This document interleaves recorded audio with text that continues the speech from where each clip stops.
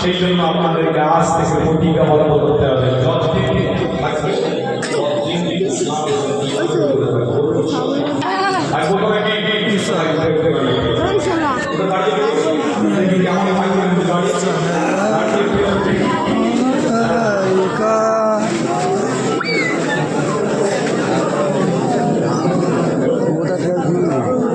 ঠেলে দিচ্ছে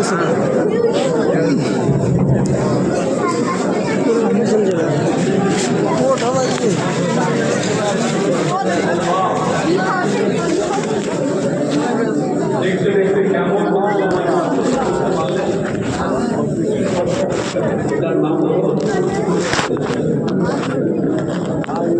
এটা হলো ইমানদারের পরিচয়। সময় কাটাচ্ছে কিন্তু দুনিয়াদারিদের পরিচয় হবে যতই কথা শুনছেন না শুনেন আমার আব্বারা আমার ভাইরা, আমি কিন্তু এত তাড়াতাড়ি হবে হ্যাঁ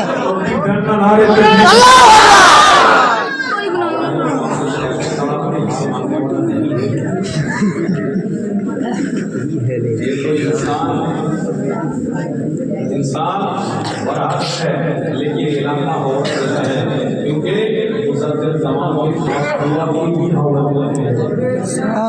मैं दखिंदा हो सकता हूँ लेकिन मुसद्दिक़ ज़मान के मानने वाला हूँ, लेकिन कुछ नसीब वो है जो मुसद्दिक़ ज़मान के बगल में रहते हैं। सुभान अल्लाह। मुसद्दिक़ ज़मान के इलाका के अगल में रहते हो, बगल में रहते हो, पीर के मुरीद हो, पीर के चाहने वाले हो, टेंशन मत लो, रसूल पकड़ो और दामन पकड़ो, जन्नत में दाखिल हो। अल्लाह আমাদেরকে কবুল করুন। আমিন।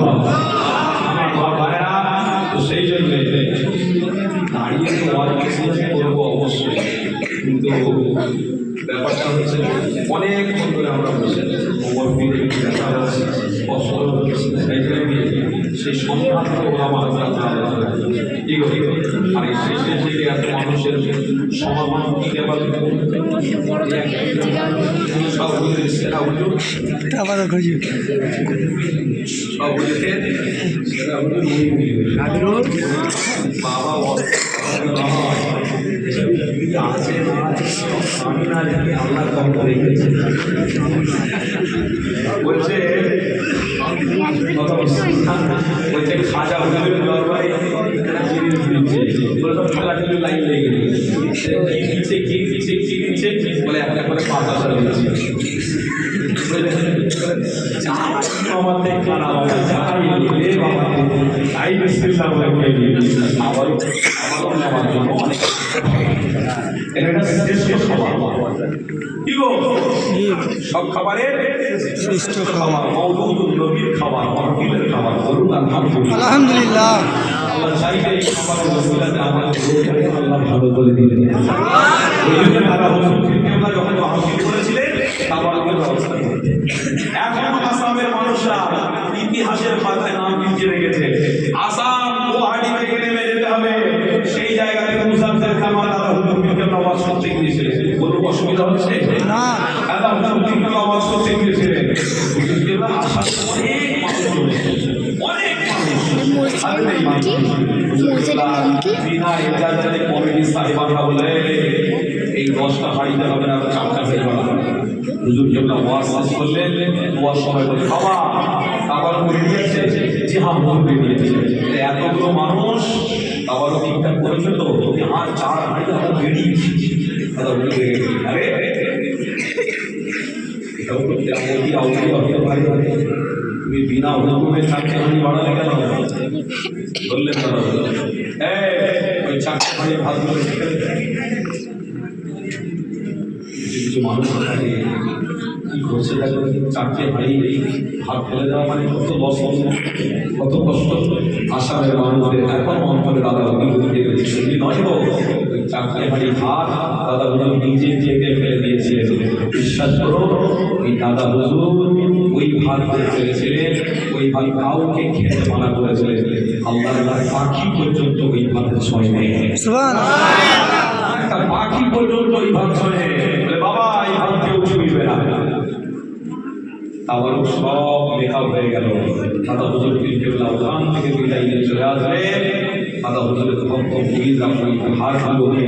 এজাজত নিয়ামত করে ঘুরিয়ে ঘুরিয়ে দিয়ে খাওয়া দাওয়া করেছে তাহলে কেরামত দিয়ে আল্লাহ তার বাহ্যিক ক্ষমতা আল্লাহ আসাম এদিকে বাংলাদেশের বর্ডার আর এদিকে ভারতবর্ষের বর্ডার এই সীমানা অঞ্চলে নদীর কূলে কিছু কিছু ইমানদার মুসলমানরা বাস করে দাদা হুজুরকে ডেকে নিয়ে গেছে শুধু আমাদের মাহফিল করতে দাদা হুজুর গেছে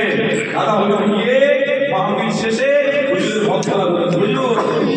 ওদিকে বাংলাদেশের এদিকে ভারত এইসব এই নদীর পাড়ে আমরা বাস করি হুজুর আমাদের চিন্তা নির্ভর করে এই নদী থেকে হুজুর আমাদের ঘরগুলো সব সরিয়ে চলে চলেছে আল্লাহর ওলিদের কেনামত একটু বলছি কষ্ট হচ্ছে না তো ব্যথা লাগছে না তো মনে রেখে দিও আল্লাহ কাকে দিয়ে কি করে সেটা আল্লাহই বেহতর জানে কেন রোগ হয়েছে ডাক্তার দেখাতেই হবে আর শিক্ষা অর্জন করতে গেলে মাস্টারের কাছে যেতেই হবে তাসাউফের এলেম অর্জন করতে গেলে আল্লাহর ওলি হতে হবে এটা অস্বীকার করা যাবে না মুসাফির জামানে ভক্ত মহিলা ঘুরে বললেন হুজুর এই ঘর বাড়ি সব জমিদারি ছেড়ে জানিয়ে আল্লাহ হুজুরকে ছোট একটা লাঠি নিয়ে ইশারা করে বলে দিয়েছিলেন সেই ইশারাতে আজ পর্যন্ত পানির ক্ষমতা নেই কোনো একটা ঘরকে ধ্বংস করে দেবে সুবহানাল্লাহ। আল্লাহর ওলিদের কথাও চলে আল্লাহর ওলিদের কথাও চলে কেন চলে মুস্তাফা জানের রহমতের জন্য চলে আপনি দোকানদার আপনার কাছে এক জায়গায় বড় লোকের ছেলে এসছে তাদের মালটা দেখে পরিচয়টা দিচ্ছেন বলে আপনি কি বলছেন বিনা পয়সা বিনা টাকায় স্লিপটা থেকে মাল কিনেছি কেন অনেক পয়সা লাগলো কথা শুনছেন না শোনেন আমার আল্লাহ বলছে মোহাম্মদ রাসূলকে ঠিক আমি আল্লাহ ওই রকম পাঠিয়েছি জান্নাতে যেতে হয় রাসূল সব জান্নাতে যাবে না হয় কামও বড় লোক বড় গরিব বড় এটা সেটা কিছু বাহানা দিয়ে চলবে না তুমি ধরো জান্নাতে যাবে তবে ঠিক আল্লাহ ওই কথা দাদা বলে ভালোবাসি বাচ্চা কাচ্চাদের নিয়ে যাবে যাবেন তো বাচ্চাদের নিয়ে দাদা হুজুরের দরবারে গিয়ে দোয়া করবেন দাদা হুজুরের নিয়ে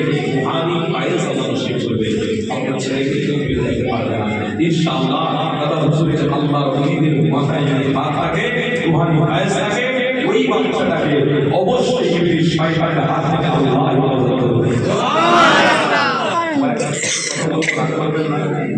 ছোট্ট কথা আমার বাপ ছোট্টবেলাতে প্রত্যেকটা আল্লাহর ওলির দরবারে গিয়ে দোয়া চেয়েছে আমাকে আর এখন মনে আছে জন্মের পর থেকে আস্তে আস্তে বড় হয়েছি, বাপের হাত ধরে আল্লাহর গরিবের মাঝে হয়েছি। এরকম আল্লাহর গরিব বাহিনী সব জায়গায় আমার বাবা মা দিয়ে গেছে, সব জায়গায় কিন্তু আছে।